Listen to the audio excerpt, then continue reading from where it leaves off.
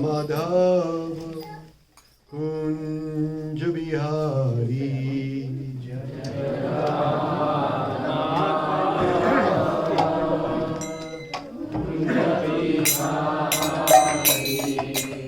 Gopi Jana Vallabha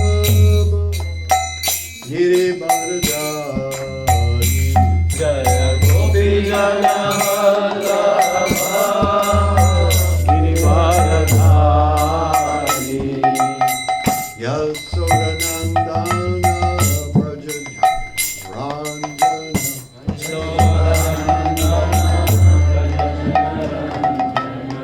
Yamuna Tira Bharatari Yamuna Tira Manachari Jai Radha Madhava Kunja Bihari Jaya Radha Madhava Kunja Bihari Hare Krishna Hare Krishna Krishna Krishna Hare Hare Hare Rama Hare Rama Rama Rama Hare Hare Hare Krishna Hare Krishna Krishna Krishna Hare Hare Hare Rama Hare Rama Rama Rama Hare Hare Hare Krishna Hare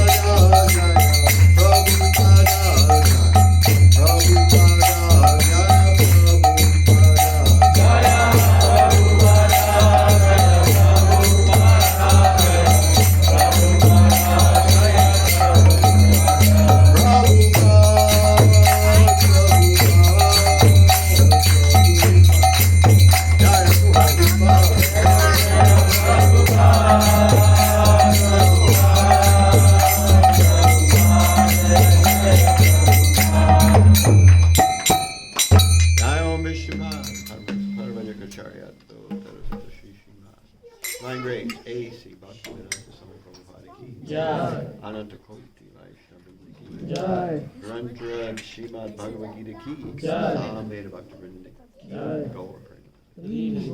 All glories. All glories. All glories to somebody. All glories to Shri Guru and Shri Guru.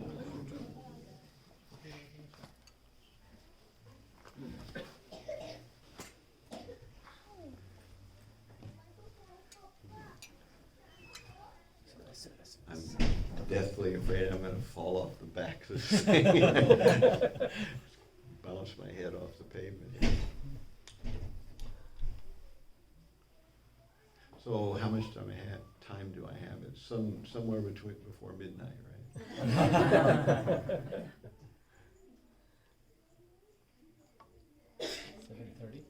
7:30. 7:30. Okay. 6:45. About. 6:45. Okay.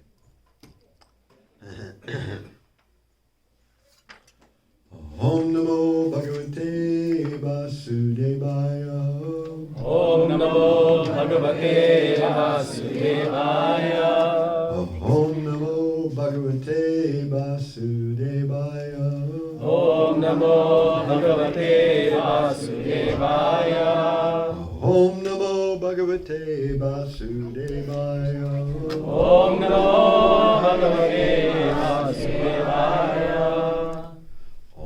Jnanatimidandasya Gyananjana Shalakaya Chakshurmilitam Yena Tasmai Shri Gurave Namaha Shri Chaitanya Manobishtam Stapitam Yena Bhutale Swayam Rupa Kadamahyam Dadati Swapadantikam Vandeham Shri Guru Shri Yuta Padakalam Shri Guru Vaishnavamscha Shri Rupam Sagrajatam Sahagana Raghunatham Vitam Tam Sajivam Sadvaitam Savadutam Harijana Sahitam Krishna Chaitanya Devam Shri Radha Krishna Padam Sahagana Lalita Shri Vishakhanvitamscha Hey Krishna Karuna Sindhu Dinabandhu Jagatpate Gopesha Gopika Kanta Radha Kanta Namostute Tapta Kanchana Gaurangi Radhe Vrindavaneshwari Vrishabhanusute Devi Pranamami Hari Priye Vanchakalpatarubhyascha Kripasindhubhya eva cha Patitanam pavanebhyo Vaishnavebhyo namo namaha Shri Krishna Chaitanya Prabhu Nityananda Shri Advaita Gadadhara Shivasari Gaura Bhaktavrinda Hare Krishna Krishna Krishna Hare Hare Hare Rama Rama Rama Hare Hare Hare Krishna Krishna Krishna Hare Hare Hare Rama Rama Rama Hare Hare. Okay, so it's nice to be here for the first time in Bergen County Association here. Looks like you have quite a good congregation. I've never been to this particular location before, so it's a new experience for me. And from what I understand, you all are going through the Bhagavad Gita verse by verse every Sunday, so we're on 7.25 today.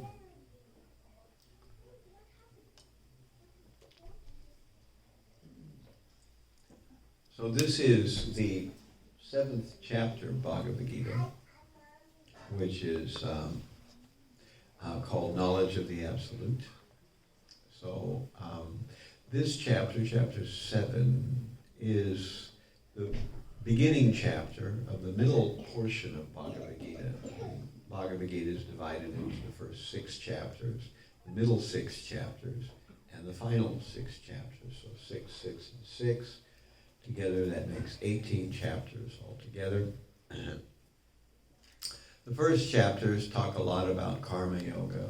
The middle chapters talk a lot about bhakti itself.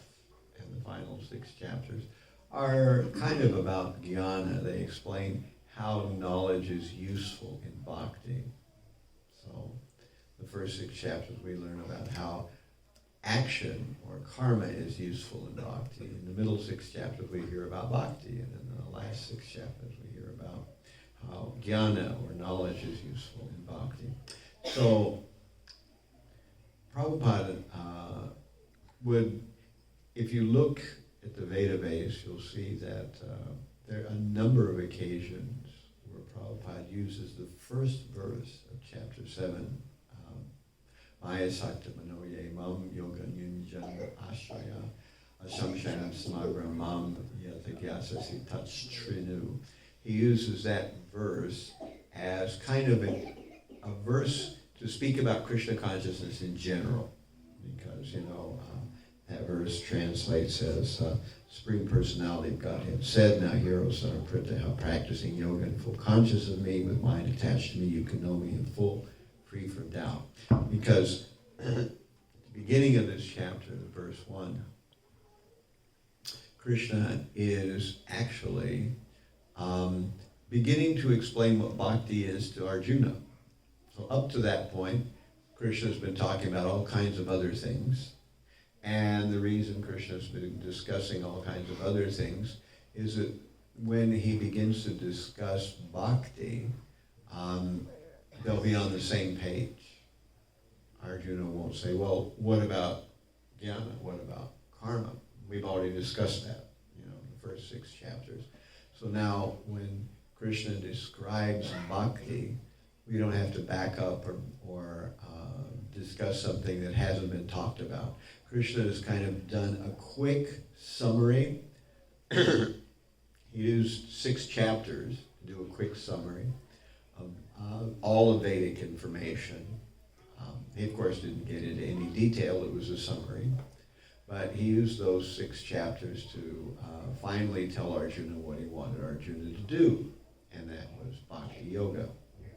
So now, at 7th chapter of Bhagavad Gita, Krishna begins to explain what that Bhakti Yoga is.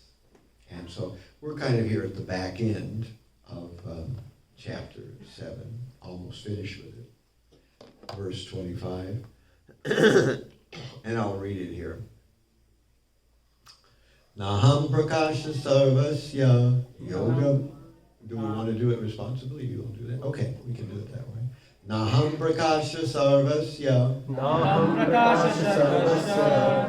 Yoga maya samamritaha. Yoga maya samamritaha. Mudhoyam nabijanati. Mudhoyam nabijanati. Lokomam ajam avyayam. Lokomam ajam avyayam. Naham prakasha sarvasya. Naham prakasha sarvasya. Yoga maya samavrittaha. Yoga maya samavrittaha. Mudhoyam nabijanati. Mudhoyam nabijanati. Lokomam avyayam. Lokomam ajam avyayam. Naham prakasha sarvasya. Naham prakasha sarvasya. Yogamaya samavritah. Yogamaya samavritah. Mudhoyam nabhijanati. Mudhoyam nabhijanati. Loko mam ajam avyayam. Loko mam ajam avyayam. Naham prakasha sarvasya. Naham prakasha sarvasya. Yoga maya samavritah. Yoga maya samavritah. Mudhoyam nabhijanati. Mudhoyam nabhijanati. Loko mamajam avyayam. Loko mamajam avyayam. Naham prakasha sarvasya. Yoga maya samavritah. Mudhoyam nabhijanati. Lokomam ajam avyayam. Nor. Aham. I. Prakasha. Manifest. Sarvasya. To everyone. Yogamaya. By internal potency. Samavritaha. Covered. Mudha. Foolish. Ayam. These. Not. Abhijanati. Can understand. Loka. Persons. Mam. Me. Ajam. Unborn. Avyayam. Inexhaustible. So the verse translates, I am never manifest to the foolish and unintelligent. For them I am covered by my internal potency, and therefore they do not know that I am unborn and infallible. So I'll read the purport by Prabhupada here. It may be argued that since Krishna was present on this earth and was visible to everyone, then why isn't he manifest to everyone now? But actually he was not manifest to everyone. When Krishna was present, there were only a few people who could understand him to be the Supreme Personality of Godhead. In the assembly of Kurus, when Shishupal spoke against Krishna's being elected president of the assembly, Bhishma supported him and proclaimed him to be the supreme god. Similarly, the Pandavas and a few others knew that he was the supreme, but not everyone. He was not revealed to the non-devotees and the common man. Therefore, in the Bhagavad Gita, Krishna says that but for his pure devotees, all men consider him to be like themselves. He was manifest only to his devotees as the reservoir of all pleasure, but to others, to unintelligent and non-devotees, he was covered by his eternal potency. In the prayers of Kunti in Srimad Bhagavatam 1.8.19, it is said that the Lord is covered by the curtain of Yoga Maya, and thus ordinary people cannot understand him. This Yoga Maya curtain is also confirmed in Ishopanishad Mantra 15, in which the devotee prays, Hiranmanyena patrena satyasya pihitam mukham tattvam pushan apavranu satya dharmaya drishyate. O Lord, you are maintainer of the entire universe, and devotional service to you is the highest religious principle. Therefore I pray that you will also maintain me. Your transcendental form is covered by the Yoga Maya. The Brahmajyoti is the covering of the eternal potency. May you kindly remove this glowing effulgence that impedes my seeing your Satchidananda Vigraha, your eternal form of bliss and knowledge. The Supreme Personality of Godhead in his transcendental form of bliss and knowledge is covered by the eternal potency of Brahmajyoti, and the less intelligent impersonalists cannot see the Supreme on this account. Also, in Srimad Bhagavatam 10.14.7, there is this prayer by Brahma, O Supreme Personality of Godhead, O Super Soul, O Master of all mystery, who can calculate your potency and pastimes in this world? You are always expanding your internal potency, and therefore no one can understand you. Learned scientists and learned scholars can examine the atomic constitution of the material world or even the planets, but still they are unable to calculate your energy and potency, although you were present before them. The Supreme Personality of Godhead, Lord Krishna, is not only unborn, but avyaya, inexhaustible. His eternal form is bliss and knowledge, and his energies are all inexhaustible. Naham prakasha sarvasya yogamaya samavrtaha mudhoyam nabijanati lokomam ajam avyayam. I am never manifest to the foolish and unintelligent. For them I am covered by my internal potency, and therefore they do not know that I am unborn and infallible.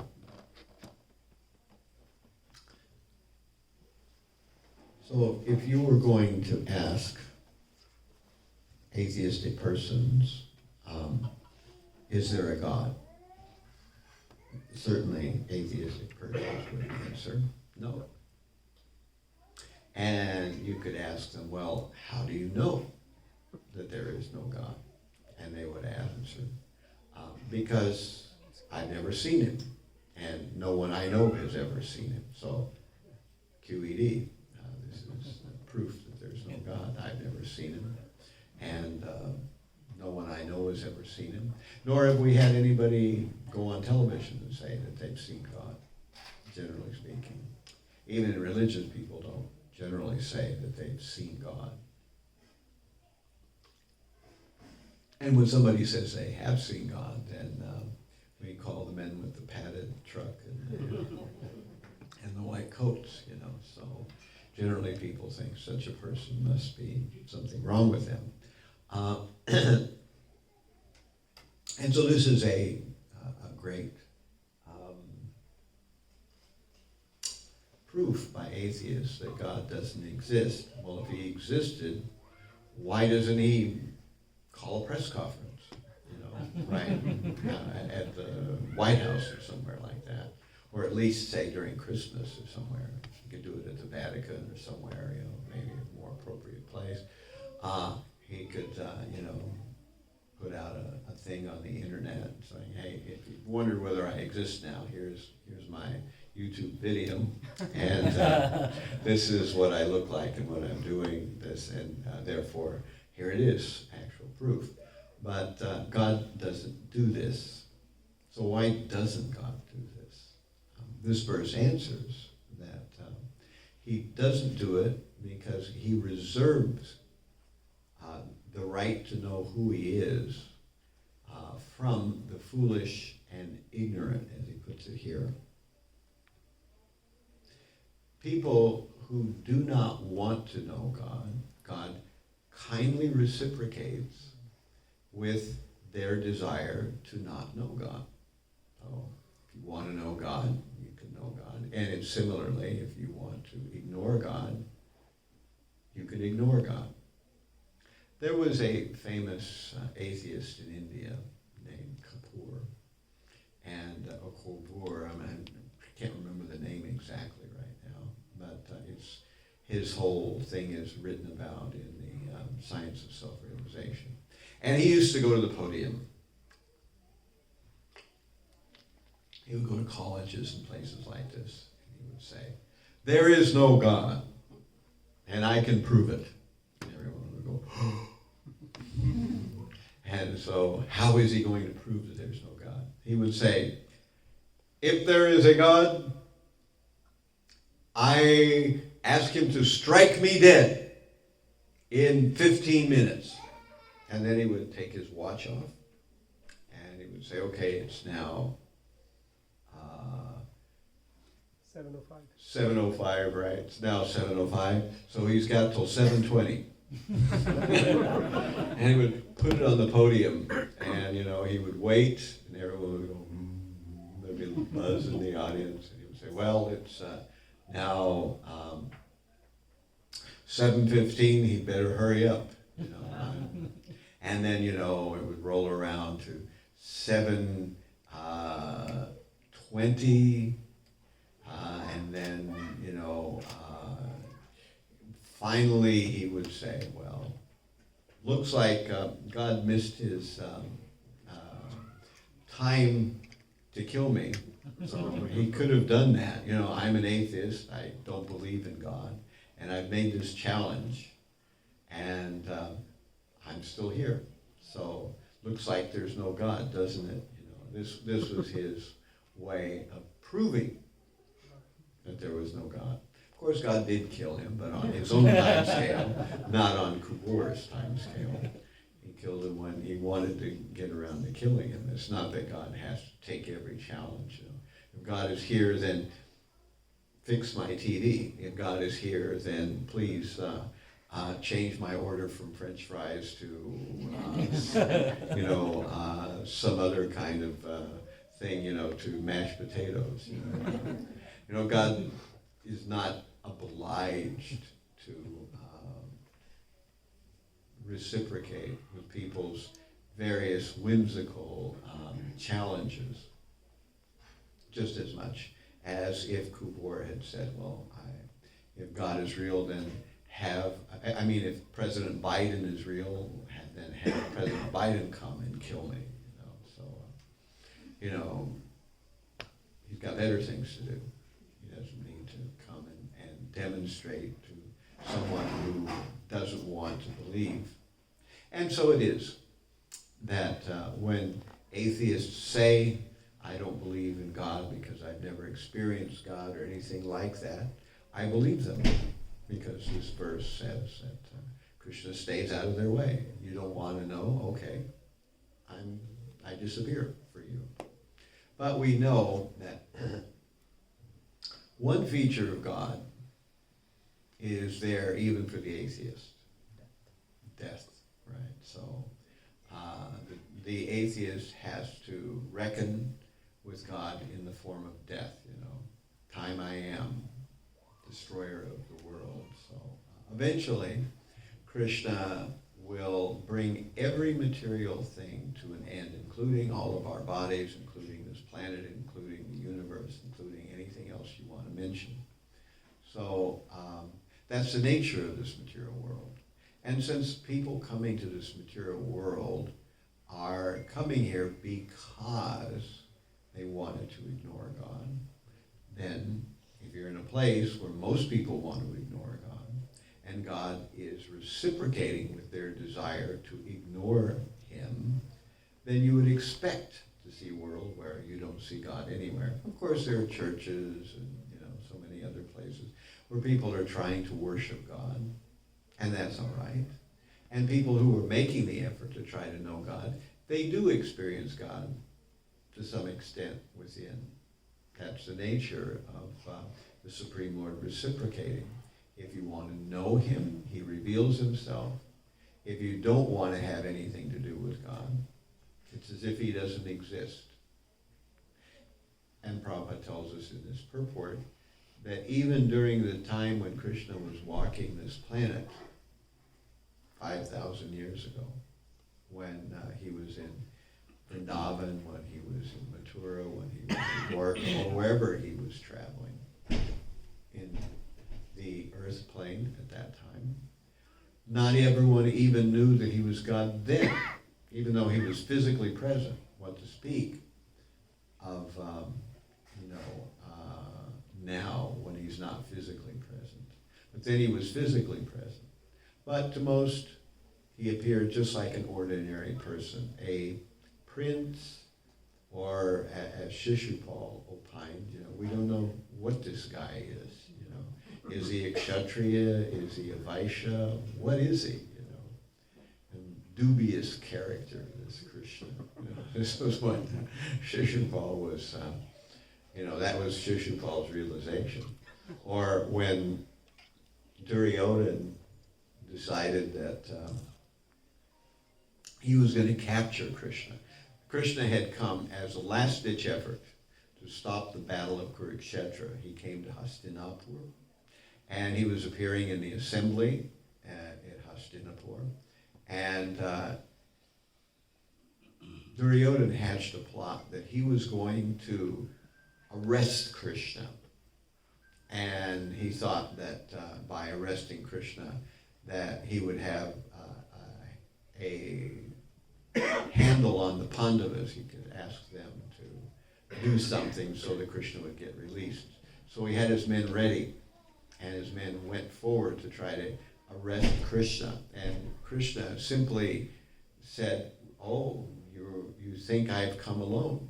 So then from Krishna's body came all the demigods and thousands of soldiers and warriors, and all this thing just emanated from Krishna's form. It was practically a universal form. And Duryodhana couldn't do anything. He was just dumbfounded, that he didn't have enough men and there's no way he could arrest Krishna. So later, of course, Duryodhana recounted the episode. He said, "Oh, Krishna just showed some yoga, some trick. This was some kind of sleight of hand or something like that, where all these universal things came from him."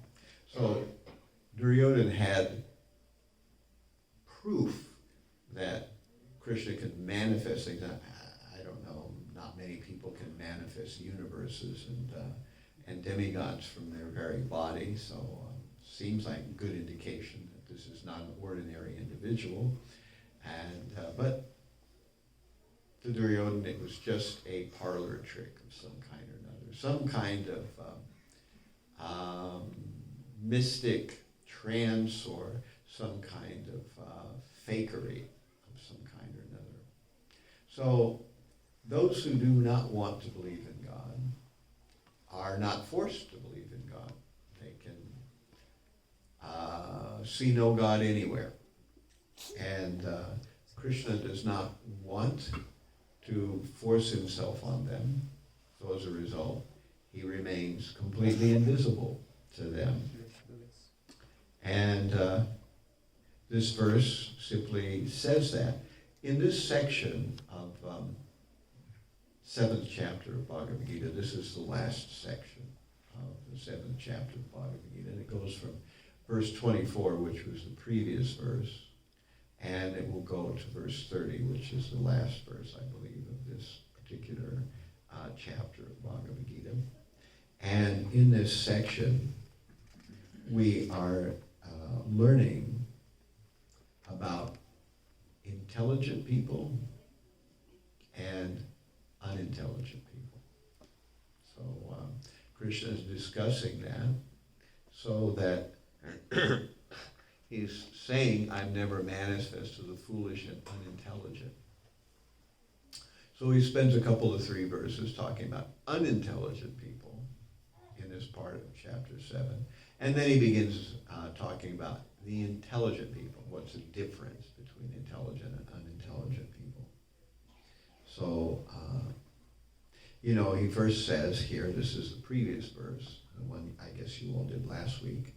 Unintelligent men do not know me perfectly. Think that I, the Supreme Personality of Godhead, Krishna, was impersonal before, and have now assumed this personality.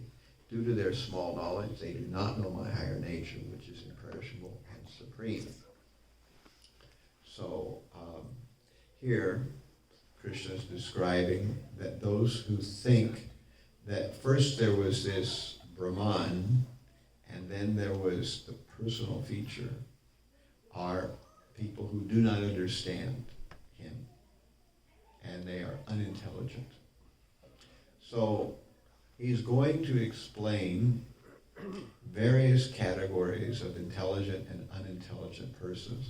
But before I go into that, which I will in a minute here, I wanted to ask if any of you have any questions about what we've talked about so far, this idea of seeing God but not seeing him, or the fact that God appears invisible in our modern sort of atheistic Kali Yuga world. Yes, Ramachandra has a question. Maharaj, for those within the family who don't believe in God or accept God within the family, how to deal, how to reciprocate? How to what? How to deal with them? How to deal with them. Generally, the best way is just to not deal with them. You can't force anybody to recognize God, or you can't prove God to anybody, because as Krishna is saying here, he reserves the right not to be manifest. However, what you can do, and actually what is important to do, is to pray for people who have either a negative relationship with God or a skeptical relationship with God. As we're aware, God gives free will to all beings, which means that people who want to disregard God, he's not going to force himself on them. So if he did, then how could he be said to give free will to everyone? But on the other side of the coin, if such people are never helped, they will just go to hell eventually, and they'll do that life after life, So, what to do? Now, God has pledged free will, so he won't interfere with their decision to ignore God. However, the devotee is not God, nor is he the person that's ignoring God. The devotee does care about God, and the devotee is able to pray for God to intercede, to demonstrate something to this person that is inimical or skeptical. So now God has a reason. Before, he wouldn't interfere because the individual who is atheistic or agnostic, that person didn't want God, so Krishna's not going to interfere in their lives. However, now there's another person, the devotee, and the devotee is asking God to interfere, so he has a reason to interfere. And again, the Supreme may give that person some realization, and that person can still walk away from it. It's possible. But there's a reason now for the Supreme Lord to intervene. So that's why, as devotees, we should never think that we're out of options. We can always do that. And other than that, generally speaking, there's no direct way to do it by, generally speaking, with arguments or whatever, unless there is some kind of give and take in the communication. There's some respect or some kind of genuine rapport between the person you're talking to, who is atheistic or agnostic, especially if they're in a family. So certainly the wrong thing to do is make it an issue, because you can actually make people staunchly even more negative, through that effort. But if there's no possibility for a cordial discussion on the topic, then the real option is just to pray to Krishna to give them some realization. And Krishna can do it. Whether that's enough to make them change their heart, because again, Krishna's not going to push them to the point where they have no option, but Krishna may give them some realization. What it would take for an individual, certainly you don't know, and certainly I don't know, but Krishna certainly does know. So that's what I would suggest. Okay, Murli has a question here. The microphone, I guess.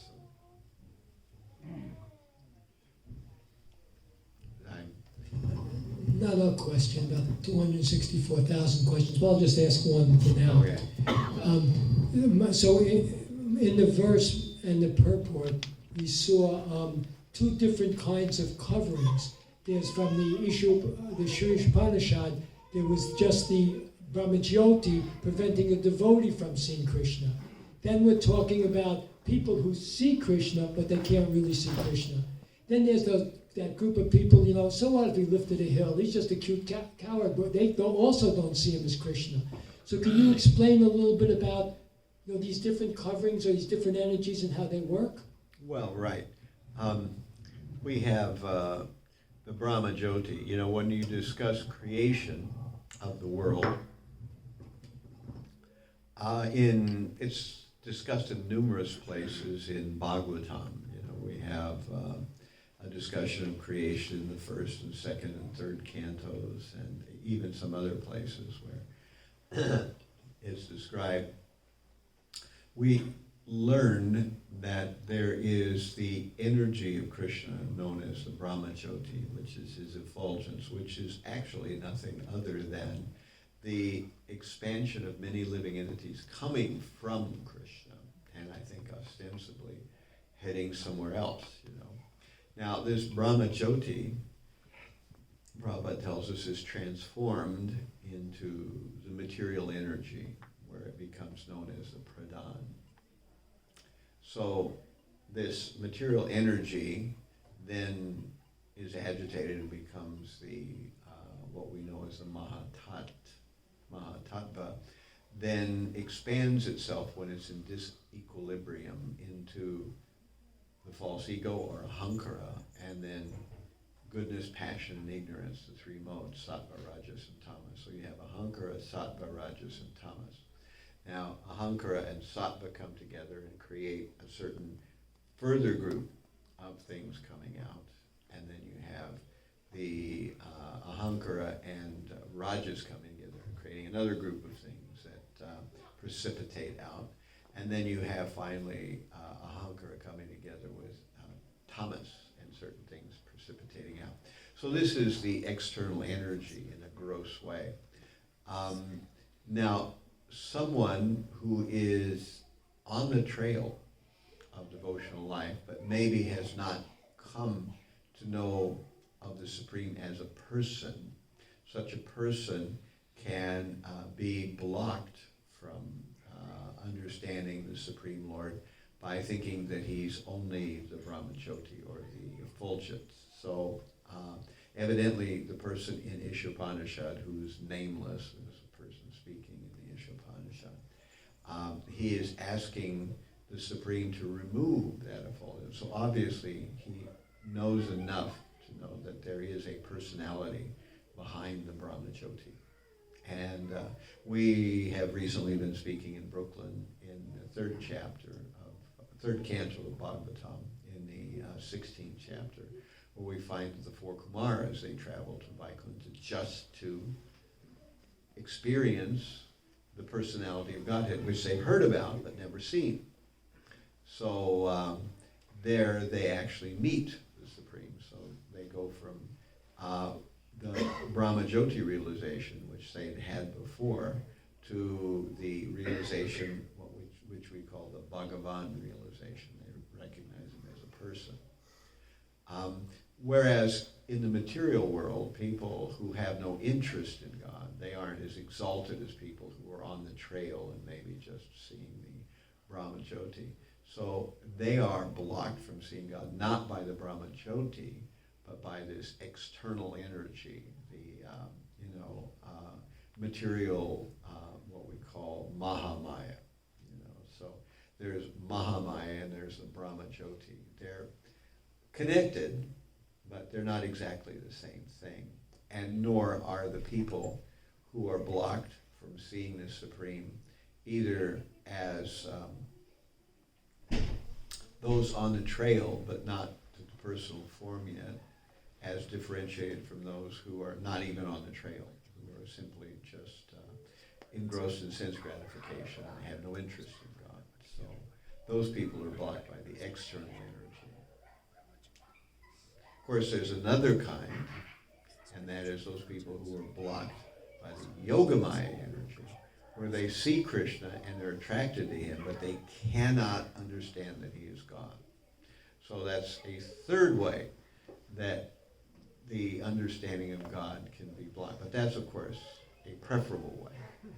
There's nothing wrong with that way of being blocked from understanding God through Yogamaya, where the gopis are attracted to Krishna, but they don't think of him as God. And his parents, Yashoda and Nanda Maharaj, they are in love with Krishna, but they can't understand him as being God. So that's another way. Can you share us your realization about it? What's that? Your personal realization about it? About what? About God. My personal realization. Okay, so this won't take long.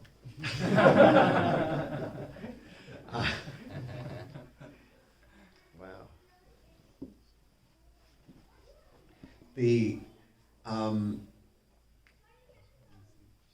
I would say that there was not a time in my life where I did not think that there was a God. However, I didn't have any knowledge about God.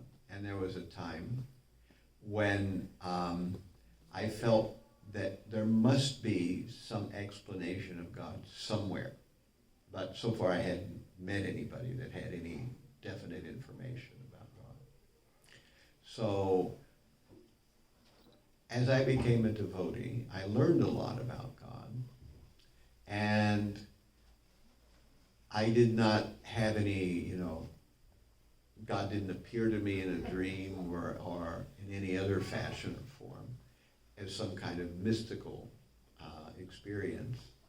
However, what I have come to know is that as time progresses, you get a sense of God acting in your life.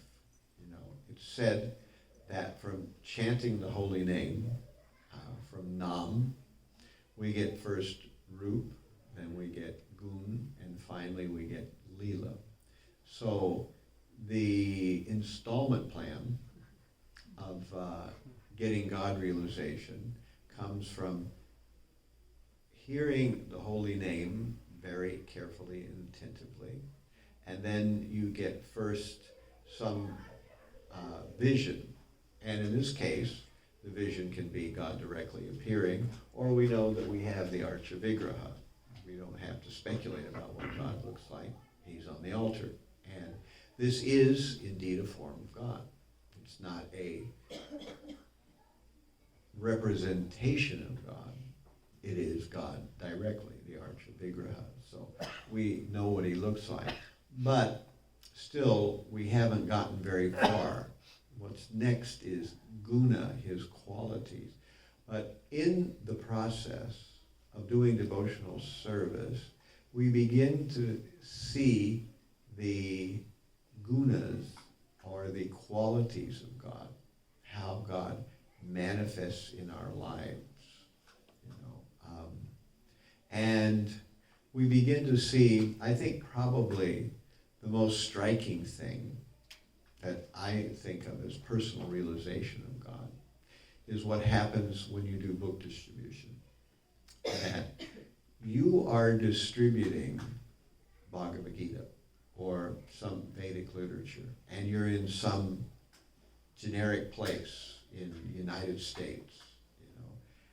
How many people in the United States, or in the general public, have even heard of Bhagavad Gita, much less have any interest in it? But all of us who've done any book distribution at any time in our lives have had the experience where you walk from person to person and people just take the Bhagavad Gita and give you money for it. It makes no sense when you stop to think about it from any kind of a statistical point of view. What are the odds that you're in some place, even in New York City, and just person after person walks up? I mean, we've all had the experience where for a huge amount of time, no one will take a book under any circumstance. We've all had that experience too.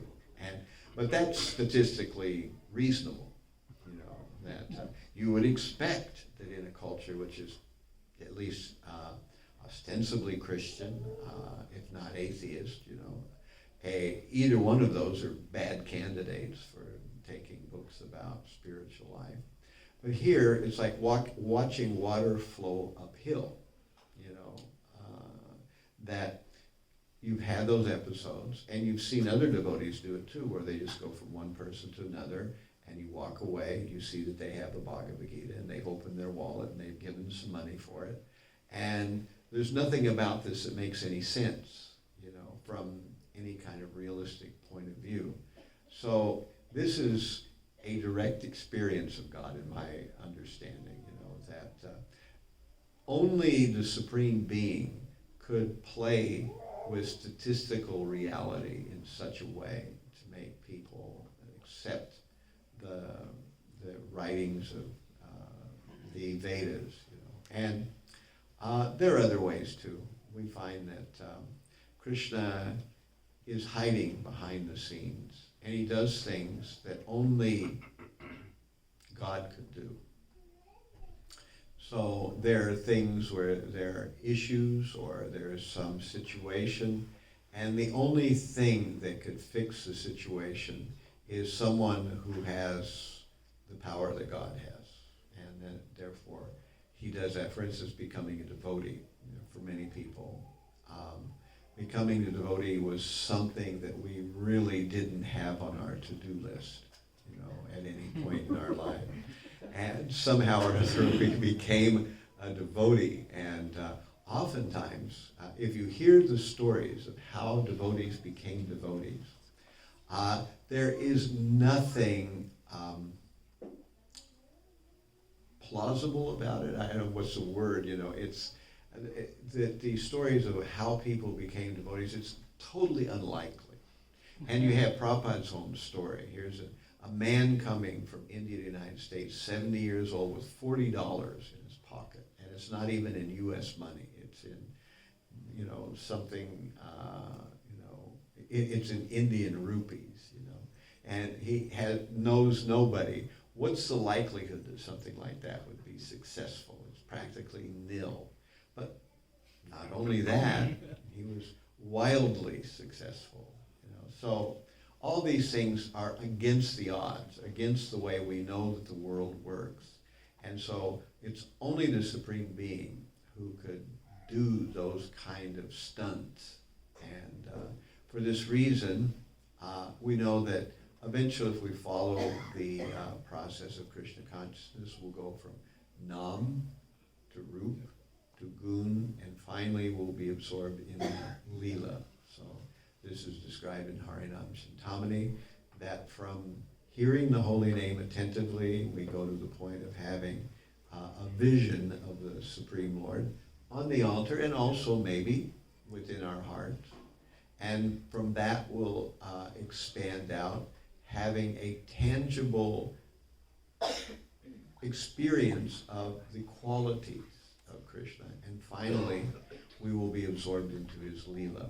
So it starts on one end and it goes there. So although I've not had direct visions or anything like that, I have seen examples where Krishna is obviously working. And in these ways that he's obviously working, I have an understanding of the periphery of God. Krishna is not cheap. He reserves the right to, make us put in the effort for purification before he reveals himself. Even Narada Muni, in his explanation of his previous life in Srimad Bhagavatam, he describes that as a small boy, he was orphaned. He had, as far as we know, no father that was part of his life. But his mother was bit by a serpent, and he became orphaned at age 5. He began wandering throughout the world as a small boy with no mother, no father.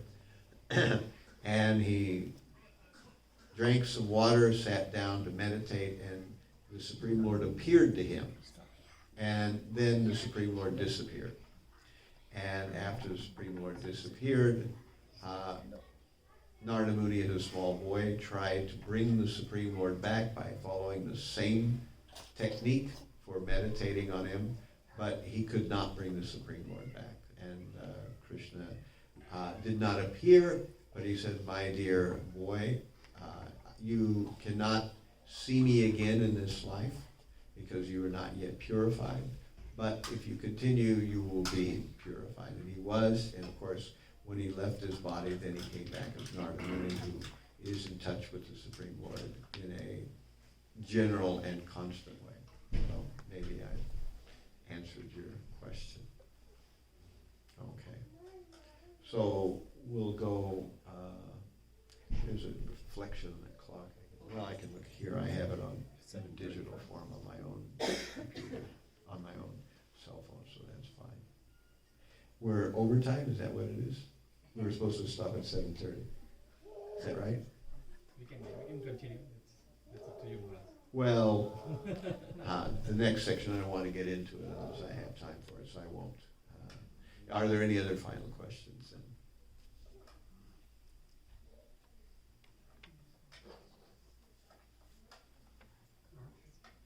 Yes, Rohit.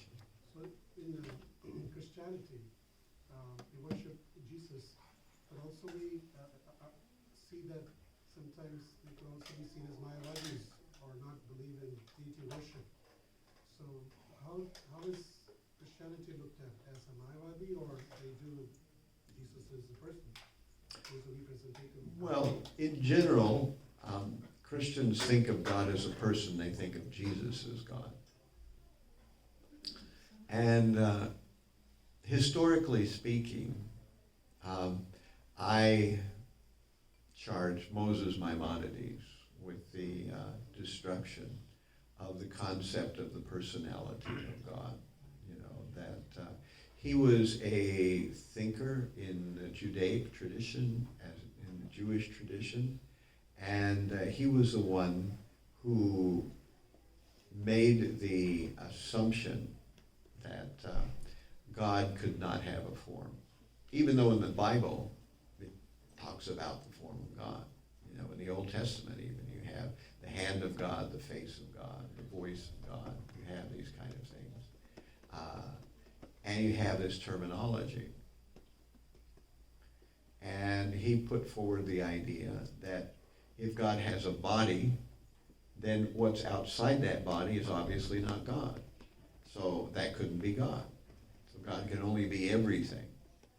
And of course, there's a kind of logic like this, but it doesn't have, unfortunately, the privilege of understanding, Vedanti tattva vidhastattvam yadganam advayam brahmeti paramameti bhagavaniti shabdite. That we understand Krishna is simultaneously an individual person, and he's also the Paramatma in everyone's heart, and he's also the Brahman as well, or the source of everything else. So he can be in one place and simultaneously be every place at the same time.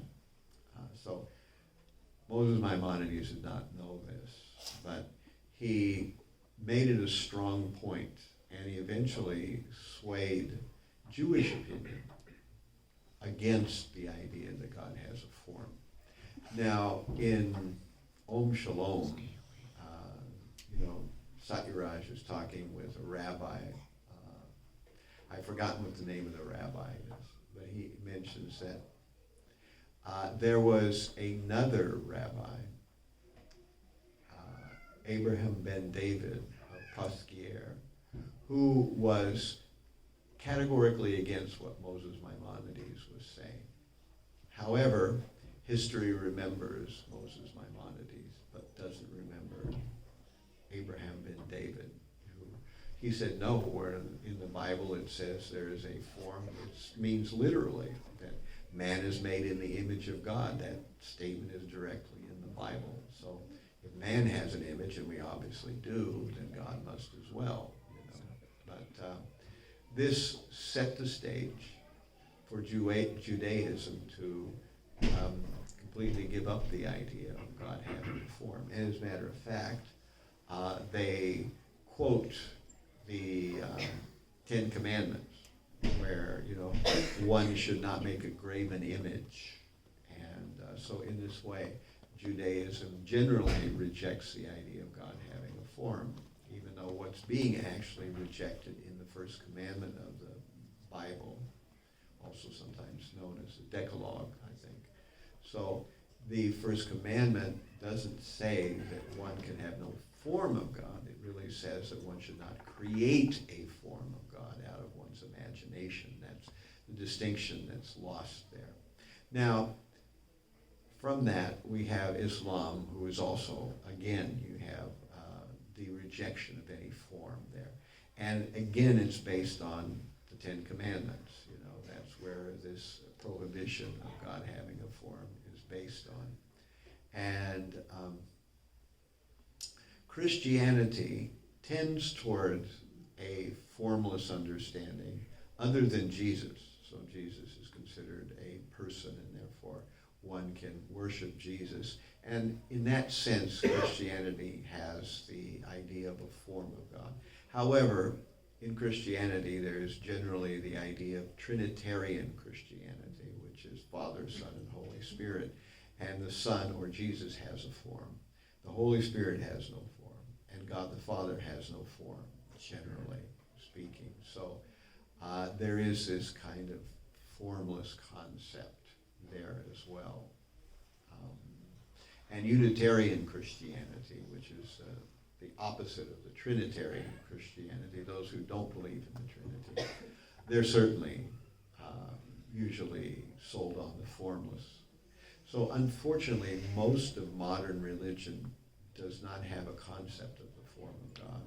And if they have a concept, they don't know what that form is. So that's kind of the way it is. And that's a little bit of the history in it, because the Bible itself just never rejects the form of God. Only this Ten Commandments, which, if one understands it properly, does not reject the form of God. It rejects a concocted form of God. That's what it rejects. All right. So, all right. Thank you all very much. All glories to Thank you, Maharaj, for this wonderful association. And we would like to thank Maharaj. That's in case anybody was asleep. Chanting 3 times loud Haribol. Haribol! Haribol! Haribol! And also would like to invite Maharaj again to give this opportunity of your association again and again. Thank you again. So we'll have Prashadam after this. So thank you. Hare Krishna. Hi, how are you? are the other rebellions? They're at, The other rebellions are in they're India. at, Most